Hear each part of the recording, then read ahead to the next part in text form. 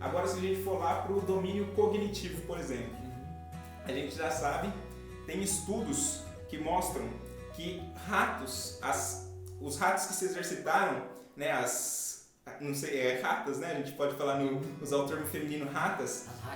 As ratinhas que se exercitaram durante a gravidez, os estudos mostram que os filhos que nasceram já nasceram com um maior número de células em regiões específicas do cérebro, regiões responsáveis pela aprendizagem e pela consolidação da memória, que é o caso do hipocampo.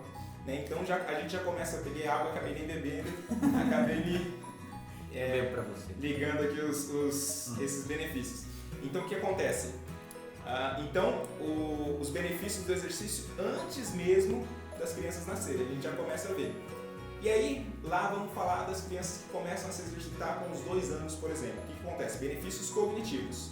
A gente já sabe, já tem vários estudos que mostraram que se as crianças praticarem, por exemplo, 2, 3 anos, as crianças estão começando a pegar num lápis, né? Os pais estão começando a estimular esse desenvolvimento da coordenação motora fina. A gente sabe que o desenvolvimento das crianças é céfalo-caudal e próximo-distal. O que é isso? Elas se desenvolvem do centro para as extremidades. E o que acontece? Às vezes os pais colocam as crianças de 2, 3, 4 anos para fazer alguma habilidade motora fina e percebem que o filho não está conseguindo e ele fica se perguntando, nossa, por que será que meu filho não está conseguindo? Será que ele tem algum problema? E na verdade não é isso, é porque ele precisa desenvolver antes o centro, né? Precisa desenvolver antes habilidades de coordenação motora grossa, por exemplo, e aí sim ele vai para os estímulos, né, de habilidades motoras finas. Sim.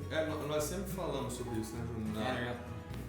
Nós sempre falamos de desenvolver primeiro, porque quando a criança vai fazer desenvolver habilidade visomotora, de escrita e tal, sim, ela tem que, na verdade, já ter desenvolvido o movimento do ombro, do cotovelo, para daí desenvolver essa habilidade de pinça, que é a coordenação motora fina, que é exatamente isso que você está falando, né?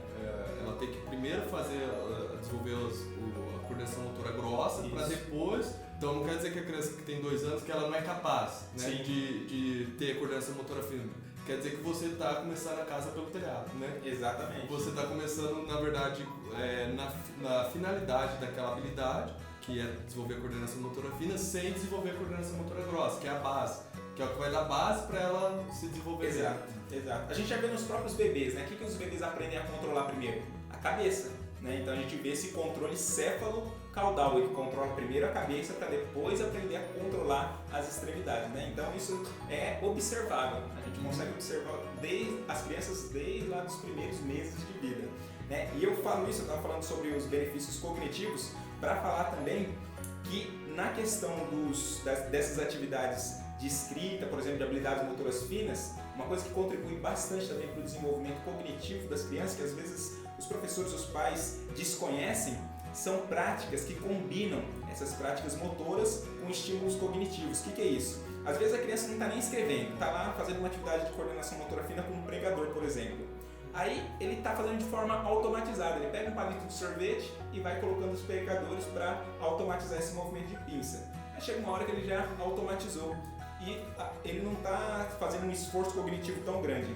As pesquisas mostram que se a gente conseguir inserir um estímulo cognitivo nessa atividade, então ao invés dele pegar o pregador e colocar no palito de sorvete, ele vai ter que pegar o pregador azul e colocar no palito de sorvete azul, caso a criança já saiba algumas cores. Né? E se a gente quiser aumentar ainda mais, em cada palito de sorvete eu vou colocar um número. Então agora ele vai ter que fazer esse pareamento, ele vai colocar 3 pregadores azuis no palito de sorvete que tem o número 3, que é azul.